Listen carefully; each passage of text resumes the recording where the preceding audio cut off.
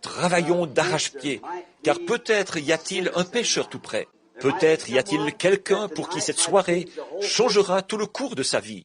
Et si ce n'était pas encore cette heure-là ce matin, peut-être que c'est ce soir que se fermeront les livres. Souvenez-vous, pas un seul de plus n'entrera une fois que ces noms auront été rachetés. Maintenant, écoutez tous très attentivement, avant que je lise l'Écriture. Tous ceux qui devaient être rachetés, Dieu a mis leur nom dans le livre de vie de l'agneau avant même que le monde ait été créé. Combien savent ça? C'est l'Écriture.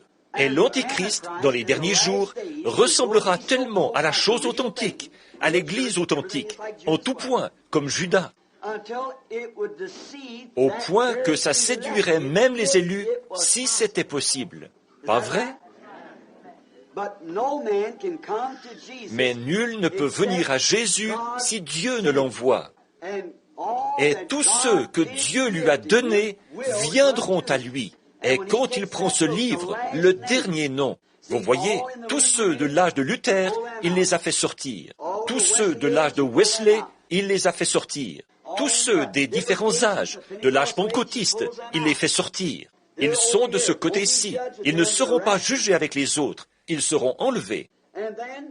Et alors, quand sera sorti le dernier nom qui avait été écrit dans le livre de vie de l'agneau immolé avant la fondation du monde, quand ce dernier nom aura été racheté, alors son œuvre est terminée. Il s'avance pour prendre possession de ceux qu'il a rachetés. Cela fait saigner notre cœur. Mais si ça continuait encore 1000 ans, il n'y aurait pas un seul racheté de plus. Et nul ne peut être racheté à moins d'avoir été inscrit dans le livre de vie de l'agneau avant la fondation du monde. Qui sont-ils? Je ne sais pas. Personne d'autre ne le sait. Vous voyez? Dieu seul. J'ai confiance que notre nom, à chacun de nous, a été mis dans ce livre. Si le mien y est, je serai là-bas. C'est sûr et certain. S'il n'y est pas, je ne serai pas là-bas. C'est tout. Vous voyez, vraiment, ça dépend de Dieu, tout simplement. Cela ne dépend ni de celui qui veut, ni de celui qui court, mais de Dieu qui fait miséricorde. Voyez?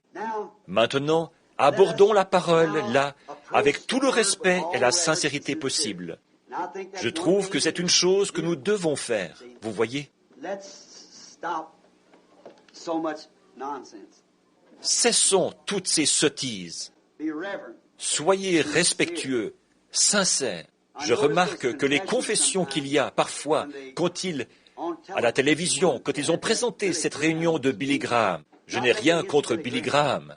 Or, là-bas, en Californie, cet homme a prêché un merveilleux message le dernier soir. Il a prêché exactement la même chose que ce que j'ai prêché ici il n'y a pas longtemps. Sur Daniel, tu as été pesé dans la balance et tu as été trouvé léger. Combien ont vu ça? Beaucoup parmi vous, je suppose. Regardez.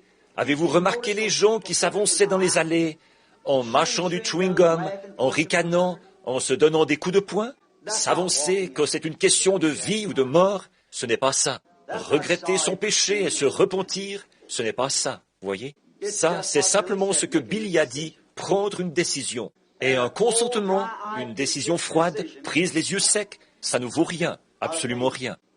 Vous devez regretter votre péché et vous en détourner. Billy lui-même a dit, la preuve c'est que de 30 000 de ceux-là, un an plus tard, on n'en trouve même plus 30.